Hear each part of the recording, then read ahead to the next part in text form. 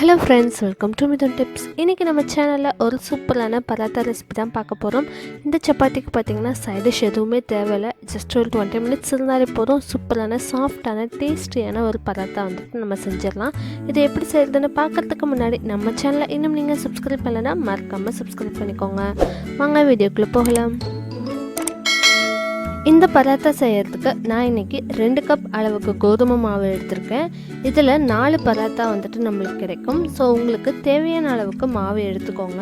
இப்போ இந்த 2 கப் கோதுமை மாவில் கொஞ்சமாக உப்பு சேர்த்துட்டு நல்லா வந்துட்டு கலந்து விட்டுட்டு அதுக்கப்புறமா வெதுவெதுப்பான தண்ணியை கொஞ்சம் கொஞ்சமாக விட்டு நீங்கள் நல்லா வந்து பிசைஞ்சிக்கோங்க. நார்மலாக எப்படி நம்ம சப்பாத்திக்கு பிசைவோமோ அதே போல் நல்லா பிசைஞ்சு வச்சுக்கோங்க. சப்பாத்தி நல்லா சாஃப்டாக கிடைக்கணும்னா நீங்கள் வெண்ணெய் ஆட் பண்ணி கூட பிசையலாம், அல்லது பால் சேர்த்து கூட நம்ம பிசையலாம். அப்படியெல்லாம் பிசையும் போது உங்களுக்கு நல்ல மெதுமெதுப்பான சப்பாத்தி வந்துட்டு கிடைக்கும்.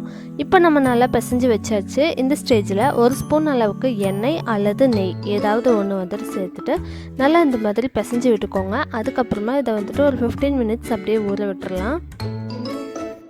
இது ஊறிட்டு இருக்க டைமில் நம்ம இதுக்கான ஃபில்லிங் வந்துட்டு ரெடி பண்ணிடலாம். ஒரு பேன் ஹீட் பண்ணிக்கோங்க. அதில் தேவையான அளவுக்கு எண்ணெய் சேர்த்துட்டு 2 பெரிய வெங்காயம் பொடியை நறுக்குனது நல்லா ஃபைன் சாப் பண்ணிக்கோங்க. அதை முதல்ல எண்ணெயில் சேர்த்துட்டு நல்லா வந்து ஃப்ரை பண்ணி விட்டுக்கலாம்.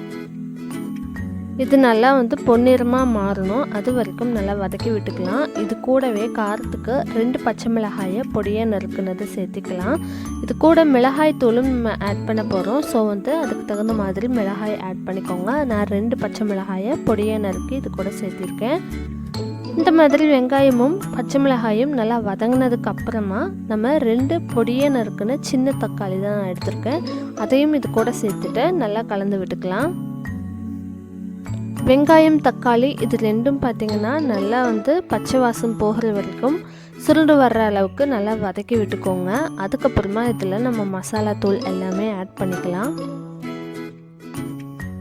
இது கொஞ்சம் சீக்கிரமாக குக் ஆகிறதுக்காக கொஞ்சமாக உப்பு சேர்த்துக்கலாம். சேர்த்துட்டு நல்லா ஃப்ரை பண்ணி விட்டுக்கோங்க. மீடியம் ஃப்ளேமில் வச்சு குக் பண்ணுங்கள். ஹை ஃப்ளேமில் வச்சா தீஞ்சு போயிடும், அதுக்கப்புறம் இதோட வாசனையும் மாறி போயிடும். ஸோ மீடியம் ஃப்ளேமில் வச்சு நல்லா வதக்கி விட்டுக்கோங்க. ஸோ இப்போ நல்லா வதங்கிடுச்சு. இந்த ஸ்டேஜில் நம்ம மசாலா தூள் எல்லாமே ஆட் பண்ணிக்கலாம். 1/4 டீஸ்பூன் அளவுக்கு மஞ்சள் தூள், 1/2 டீஸ்பூன் அளவுக்கு மல்லித்தூள், மிளகாய்த்தூள் வந்துட்டு நீங்கள் காரத்துக்கு தகுந்த மாதிரி சேர்த்துக்கோங்க. ஏற்கனவே பச்சை மிளகாயும் சேர்த்திருக்கோம். நான் ஒரு 1/2 டீஸ்பூன் அளவுக்கு மிளகாய்த்தூள் ஆட் பண்ணியிருக்கேன். வெங்காயம் தக்காளி கூட இந்த மசாலா எல்லாத்தையுமே நல்லா ஒரு முறை மிக்ஸ் பண்ணி விட்டுக்கலாம். அது கூடவே நம்ம ஒரு 1/2 டீஸ்பூன் அளவுக்கு கரம் மசாலாவும் சேர்த்திக்கலாம். அதை சேர்த்திக்கும் போது ஒரு நல்ல சுவையும் கொடுக்கும், நல்ல பராத்தாக்கு ஒரு வாசனையும் கொடுக்கும்.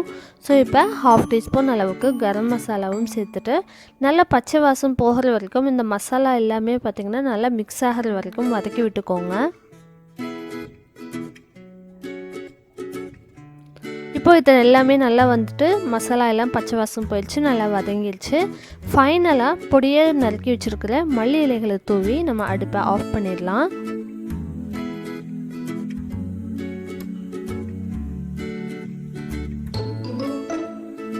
இதை தனியாக எடுத்து வச்சுட்டு நம்ம அடுத்தது பராத்தாவுக்கு மாவு வந்து தேய்க்க ஆரம்பிக்கலாம். இப்போ மாவு பார்த்திங்கன்னா நல்லா சாஃப்டாக கிடச்சிருக்கு. பராத்தாக்கு வந்துட்டு நார்மலாக நம்ம சப்பாத்திக்கு எடுக்கிற உருண்டையை விட கொஞ்சம் பெரிய சைஸ் உருண்டையாக எடுக்கும்போது உங்களுக்கு ஃபில்லிங் உள்ளே வைக்கிறதுக்கு ஈஸியாக இருக்கும். ஸோ இப்போ வந்துட்டு மாவு எடுத்தாச்சு. இதை முதல்ல கோதுமை மாவில் போட்டு நல்லா டஸ்ட் பண்ணி எடுத்துக்கோங்க. அப்படிங்கும்போது உங்களுக்கு உள்ள ஃபில்லிங் வைக்கிறதுக்கு அந்த மடிக்கிறதுக்கு எல்லாமே ஈஸியாக இருக்கும். அடுத்தது நீங்கள் எங்கே வந்துட்டு மாவு வந்து தேய்க்க போகிறீங்களோ அந்த இடத்துல அந்த சர்ஃபேஸில் வந்துட்டு எண்ணெய் தடவி விட்டுக்கலாம். அதுக்கப்புறமா லேஸாக வந்துட்டு கொஞ்சமாக தேய்ச்சி விட்டுக்கோங்க. ரொம்ப வந்து தின்னாக தேய்க்க வேண்டாம், கொஞ்சம் ஓரளவுக்கு ஃபில்லிங் வச்சு மடிக்கிற அளவுக்கு தேய்ச்சி விட்டுட்டு அதுக்கப்புறம் ஒரு லெமன் சைஸ் வந்துட்டு நம்ம அந்த மசாலா கலந்து வச்சுருந்தோம் இல்லையா, அதை எடுத்து உருண்டையை பிடிச்சி இந்த மாதிரி உள் பக்கமாக நல்லா மடித்து விட்டு இந்த மாதிரி சுற்றி விட்டு நல்லா வந்து ப்ரெஸ் பண்ணி விட்டுக்கோங்க. அந்த சுற்றினது வந்துட்டு பிரியாத அளவுக்கு. இப்போ அது மேலே கொஞ்சமாக கோதுமை மாவும் சேர்த்துக்கலாம். அப்போ தான் உங்களுக்கு அது பிரிஞ்சு வராமல் இருக்கும். லைட்டாக வந்துட்டு தூவி விட்டுட்டு இந்த மாதிரி தேய்ச்சி எடுத்துக்கோங்க. ரொம்ப வந்துட்டு லேசாக தேய்க்க வேண்டாம், ஓரளவுக்கு கெட்டியாக இருக்கிற மாதிரியே பார்த்துக்கோங்க. ஸோ இப்போ தேய்ச்சி வச்சு அடுத்து நம்ம பேனில் போட்டு சுட்டு எடுத்துடலாம். இப்போ ஒரு பேன் ஹீட் பண்ணிக்கோங்க. இதில் நெய் அல்லது எண்ணெய் உங்களுக்கு எது விருப்பமோ அதை சேர்த்துக்கோங்க. சேர்த்துட்டு நல்லா ஹீட் ஆனதுக்கப்புறமா நம்ம தேய்ச்சி வச்சுருக்க பராத்தாவை இதில் ஆட் பண்ணிடலாம். அதுக்கப்புறமா அதுக்கு மேலேயும் நெய்யோ அல்லது எண்ணெயோ வந்துட்டு லைட்டாக வந்து தடவி விட்டுக்கோங்க. அப்போ உங்களுக்கு நல்லா வந்து சாஃப்டாக கிடைக்கும். அதுக்காக நல்லா அந்த ப்ரௌனிஷாக அந்த டாட்ஸ்லாம் வர்ற அளவுக்கு சுட்டு எடுத்துக்கோங்க. இந்த ரெசிபி பார்த்திங்கன்னா செய்கிறதுக்கு ரொம்ப கம்மியான டைம் தான் தேவைப்படும். அது மட்டும் இல்லை, ரொம்ப கம்மியான இன்க்ரீடியன்ஸும் தான் தேவைப்படும். வெறும் வெங்காயம் தக்காளி வச்சு மட்டும்தான் நம்ம இந்த வந்துட்டு செஞ்சுருக்கோம். ஆனால் இதோட டேஸ்ட் பார்த்திங்கன்னா ரொம்பவே நல்லாயிருக்கும். மார்னிங் பிரேக்ஃபாஸ்ட்டுக்கும் சரி, ஈவினிங் டின்னருக்கும் சரி, ரொம்பவே வந்துட்டு ஒரு சூப்பரான டேஸ்டியான ரெசிபின்னு சொல்லலாம். இந்த சப்பாத்திக்கு சைட் டிஷ் எதுவுமே தேவைப்படாது. ஏன்னா நம்ம உள்ளேயே வந்துட்டு வெங்காயம் தக்காளி கூட மசாலா எல்லாமே ஆட் பண்ணியிருக்கிறதுனால நம்ம அப்படியே சாப்பிடும்போது உங்களுக்கு எல்லா விதமான டேஸ்ட்டும் கிடச்சிருக்கும். ரொம்பவே நல்லாவும் இருக்கும். ஒருவேளை உங்களுக்கு சைட் டிஷ் வேணும் அப்படின்னா தயிர் ரைத்தா வச்சு சாப்பிடும்போது இது நல்லாயிருக்கும். ஸோ இப்போ பராத்தா ஆல்மோஸ்ட் ரெடி ஆகிடுச்சு. அந்த ப்ரௌன் டாட்ஸ்லாம் வர ஆரம்பிச்சிருச்சு. இப்போ நம்ம அடுப்புலேருந்து இதை இறக்கிடலாம். ஸோ சுட சுட பராத்தா வந்துட்டு ரெடி ஆகிடுச்சு. ஸோ ரொம்ப சிம்பிளான இந்த ரெசிபியை உங்கள் வீட்டில் ட்ரை பண்ணி பார்த்துட்டு எப்படி இருந்துச்சுன்னு சொல்லுங்கள். மறக்காமல் நம்ம சேனலை சப்ஸ்கிரைப் பண்ணலைன்னா கீழே இருக்க ரெட் பட்டன் ப்ரெஸ் பண்ணிக்கோங்க. அப்படியே பக்கத்தில் இருக்க பெல் ஐக்கானும் ப்ரெஸ் பண்ணிக்கோங்க. இந்த வீடியோ உங்களுக்கு பிடிச்சிருந்தா உங்கள் ஃப்ரெண்ட்ஸ் அண்ட் ஃபேமிலிக்கும் ஷேர் பண்ணுங்கள்.